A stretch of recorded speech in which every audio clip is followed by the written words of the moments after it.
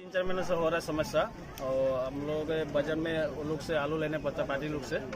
तो लंका में अगर 6 रुपये होगा तो उन लोगों के पास 9 रुपये होता है, मतलब 3 रुपये केजी में ज़्यादा। वो कौन सा पार्टी है लोग? वो लोग डंका से वो लोग आता है, उन लोग बोलता है लाइसेंस होल्डर है, उन लोगों को मिला लाइसेंस मिला, उन लोगों का मछली अंडा पानी आलू प्याज लहसुन उन लोगों का लाइसेंस मिला है, उन लोगों के पास से लेने पड़ता है। आज आप लोग क्यों बंद किया बाजार? आज बंद कर रहे हैं, आज में हम लोग का फैसला चाहिए যে हम लोग उन लोग से आलू नहीं ले। আচ্ছা বৰ্তমান তেওঁলোকে আলুৱে লৈ আহিছে না অন্যান্য সামগ্ৰী কথা যি কৈছে आलू भी लेके आया वो लोग, जंखा बाजार में खिलौनी बाजार में मछली भी लेके आता है, उन लोग से लेने पड़ता है, उन लोगों के पास दाम भी ज्यादा होता है। বলপূৰ্বকভাৱে ল'বলৈ কৈ আছে নেকি? তেওঁলোকৰ যি লাইচেন্স আছে লাইচেন্স কোনে প্ৰদান কৰিছে?